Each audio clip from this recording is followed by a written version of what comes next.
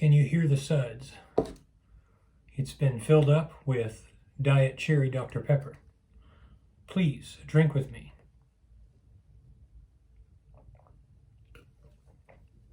As always, it is delicious.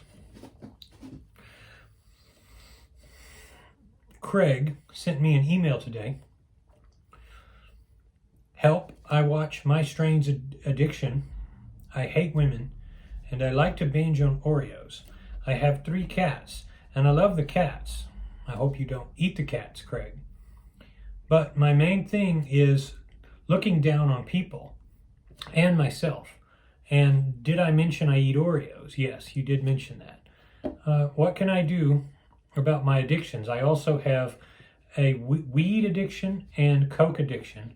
I am trying to quit. I need help. What can you offer me? Well, here's what I can offer you, Craig. Dealing with weird stuff and weird people is kind of an addiction in and of itself. And I would be lying if I said that I've never had an inkling to see people that are in distressed points in their lives. But this has become a new fetish, if you will. My Strange Addiction, for those of you who don't know, is a show about people who are attached to weird things and have weird fetishes of sorts. Why is that sort of stuff fascinating? For the same reason why My 800-Pound Life is fascinating, or anything else of that nature. It's fascinating because it makes us feel less weird when we see those sorts of things. It makes us feel, with all of our idiosyncrasies, like we're not that bad. So what do? We say, hey, I may be messed up, but guess what? I'm not that messed up. Well, that means there's a time for change. Now, liking something that's bizarre and watching a show isn't really an issue. As for your other addictions, especially what you mentioned in here about, and he mentions a few other things I'm not going to go into. Some of it's pretty graphic. He mentions in connection with hating women, he mentions a serious, quote, a serious porn addiction. Men, porn ruins you. I'm not saying there's no place for it in someone's life, like if that's their thing, but generally, porn makes you useless to a woman because you're creating a scenario that is pure fantasy. And when it comes time to perform sex on a real woman, you lose the ability to service her. And the reason you do that is because you don't know the mechanics of a proper relationship. I'm going to do a video because I do get emails from young men on the basics of a relationship, especially insecure men who have problems with things. But suffice it to say, all of these addictions that are easily done in private, that's part of the problem. Watching some person who's in their lowest point in life and you're getting pleasure from it is not a good thing. It means you're comparing yourself to those weaker and wimpier than you. And if you're doing that, then you have a problem. Now, here's a little kernel of truth for you, a little bit of wisdom here. Go back to the movie A Beautiful Mind. And it has Russell Crowe. It's based on a true story about a brilliant mathematician who's schizophrenic.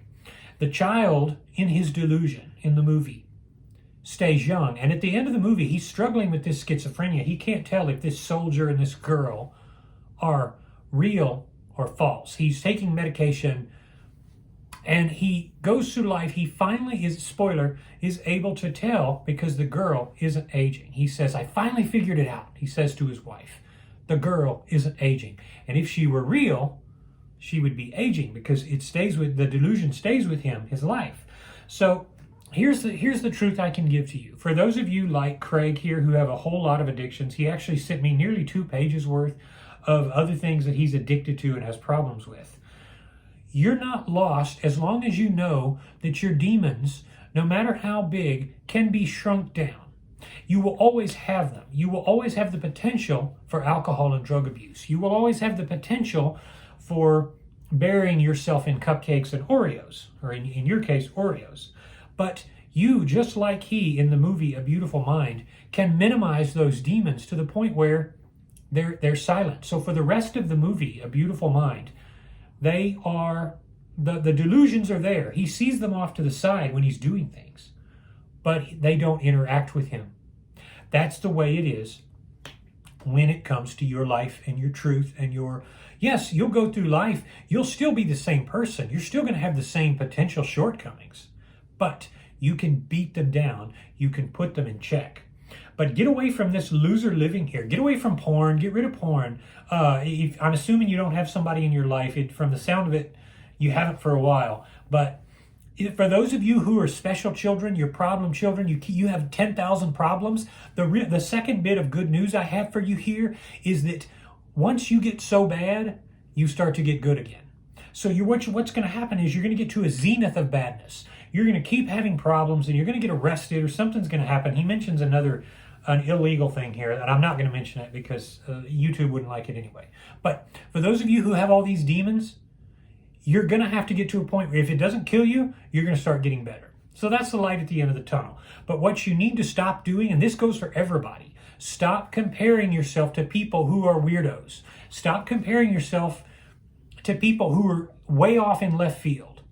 The crazy. Stop watching fetish porn, fetish stuff. It's crazy. These women-hating groups, he's referring to incels. Incel stands for involuntary celibate, and I am going to do a video on that at some point. As far as Oreos, everything in your life, if you have seen the videos on this channel, I put cookies on my plate sometimes. As long as you can control it, it is not your master. You are its master. That's how you need to approach this. Quit feeling sorry for yourself and do the first works quickly. Make the changes and quit comparing yourself to the weirdo fringe extremists out there, and you won't have any problems.